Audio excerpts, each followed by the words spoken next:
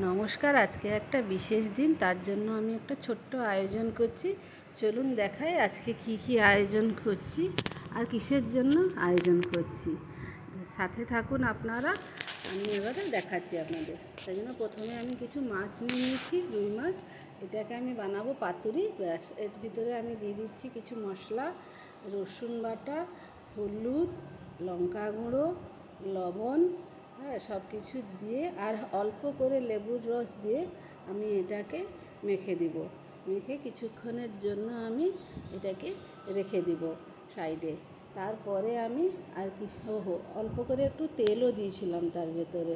এবার তেল দিয়ে সুন্দর করে এটাকে মাখিয়ে একদম রেডি করে একে আমি সাইডে দিয়ে দিব, কারণ আগের থেকে মাখিয়ে রাখলে মশলাগুলো মাছের ভেতরে ভালো করে ঢুকে যাবে।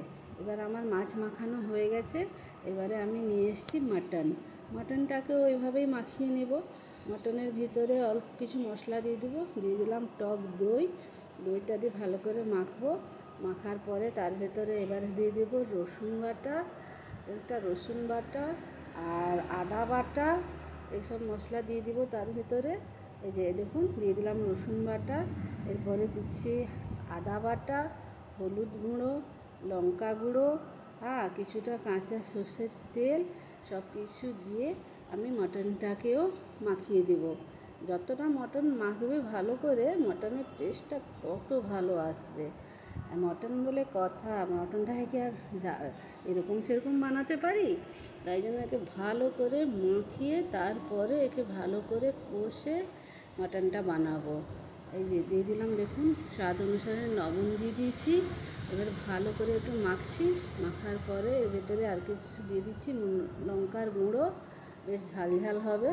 লঙ্কার গুঁড়ো দিয়ে দিয়েছি। আর দেবো এর ভেতরে কিছুটা কাঁচা সর্ষের তেল। কাঁচা সর্ষের তেল দেওয়ার হয়ে গেল। এবারে আমি একে এক সাইড করে রেখে দেবো মাখিয়ে। তারপরে চলে যাব আলাদা কিছু পদ্ধতি দেখাতে। চলুন, এবারে হয়ে গেছে এটা আমার মাখানো হয়ে যাওয়ার পরে একে আমি সাইড করে দিই। সাইড করে দেওয়ার পরে আমি চলে যাব অন্যদিকে। ব্যাস, এটা আমার রেডি হয়ে গেল মাটনটা। এবারে একদম সোজা কিচেনে, কড়াই গরম হয়ে গেছে, পেঁয়াজ ভাজা হয়ে গেছে। এবার মটনটা আমি দিয়ে দিয়েছি কড়াইতে। পেঁয়াজটা আমি তেলে দিয়ে ভেজে নিয়েছি। তারপরে আমি ওই মাখানো মটন দিয়ে দিয়েছি। এদিকে আমার মটন কষাকষি চলছে।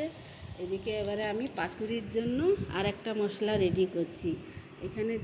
এখানে আমি মশলার ভিতরে রেখেছি সাদা সর্ষে, কালো সর্ষে আর পোস্ত আর নারকেল, একসাথে 4টা বেটে নিয়েছি। তার ভেতরে আমি দিয়ে দিচ্ছি হলুদ গুঁড়ো, নুন আর সর্ষের তেল আর কিছু লঙ্কা গুঁড়ো দিয়ে দেবো। ব্যাস, এটা আমি মাখিয়ে নিয়েছি। এটা একদম রেডি। এটা এবার আস্তে আস্তে করে আমি মাছের গায়ে ভালো করে লাগিয়ে দিব। এই দেখুন, এটাকে ধীরে ধীরে করে আমি মাছের গায়ে লাগিয়ে দিলাম। মাছের গায়ে লাগানোর পরে এটাকে আমি পাতুরি বানাবো। এই যে মশলাগুলো এটাতে লাগিয়ে দিচ্ছি। এবারে আমি কলা পাতা দিয়ে এখানে আমি পাতুরি বানিয়ে দিচ্ছি। এবার কলা পাতা নিয়ে এসেছি। কলা পাতাটাকে আমি একটু দেখেছিলাম একটা জায়গায় যে গরম জলে হালকা সিদ্ধ করে দিতে হবে। তো আমি সেই রকম গরম জলে কিছুক্ষণ কলা পাতাটাকে সিদ্ধ করে পাতুরি বানানোর চেষ্টা করেছিলাম। তবে আমার কিন্তু পাতাটা স্লাইড ফেটে গেল। সেই জন্য আমি কলা পাতাটাকে আবার আমি গ্যাসে সেঁকে তারপরে বানিয়েছি। দেখুন, এই যে প্রথম পাতুরিটা আমি বানাচ্ছি। মাছটা দিয়ে দিচ্ছি, তার ভিতরে কিছুটা মশলা ভালো করে দিয়ে দিচ্ছি। মশলা দেওয়ার পরে এর উপরে একটা কাঁচা লঙ্কা দিয়ে দিচ্ছি। একটু ঝাল ঝাল হলেই ভালো লাগে খেতে। এই যে এটা আমি পাতাটাকে আমি কড়াইতে সিদ্ধ করেছিলাম গরম জলে, কিন্তু এটা ঠিক হলো না, ফেটে গেল পাতাটা আমার। তারপরে আমি আবার পাতাগুলোকে হালকা হালকা করে গ্যাসে সেঁকে তারপরে আমি পাতুরি বানিয়েছিলাম। গ্যাসে সেঁকে পাতুরি বানাতে তখন কিন্তু আর পাতাগুলো আমার ফেটে যায়নি। যিনি বানিয়েছিলেন তিনি মনে হয় ঠিক করে বানিয়েছিলেন কলা পাতা সিদ্ধ করে, কিন্তু আমার হলো না। এই যে গ্যাসে সেঁকে পাতাগুলো পাতুরি সব রেডি হয়ে গেছে। এবারে পাতুরিগুলোকে আমি ধীরে ধীরে করে গ্যাসে দিয়ে দিব আমি কড়াইতে। এই যে তেল দিয়ে দিয়েছিলাম, পাতুরিগুলো দিয়ে দিয়েছিলাম। এই যে এবার ঢাকিয়ে দিব, হালকা হালকা হয়ে ওটা ভাজা ভাজা হতে থাকবে। এদিকে আমার মটন কষাকষিও চালু হয়ে গেছে। হ্যাঁ, মটন প্রায় কষা হয়ে যাচ্ছে শেষ পর্যায়ের দিকে।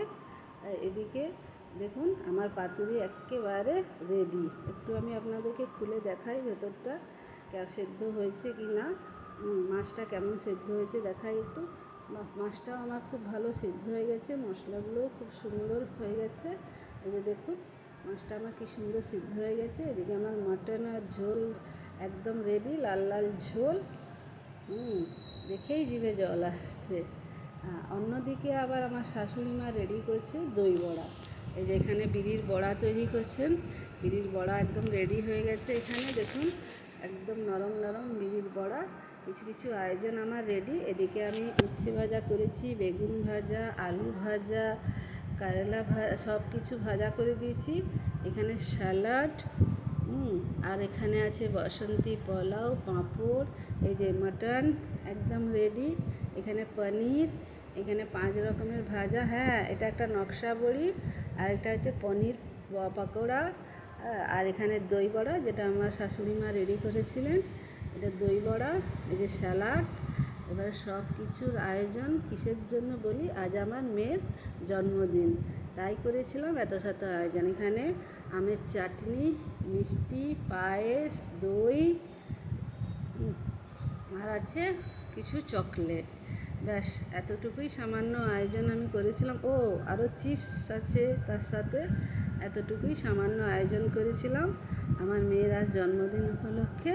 আপনারা সবাই ওকে আশীর্বাদ করুন যেন ওর ভালোভাবে মানুষের মতন মানুষ হতে পারে, ওর স্বপ্ন সব পূরণ হোক। দেখো বলি।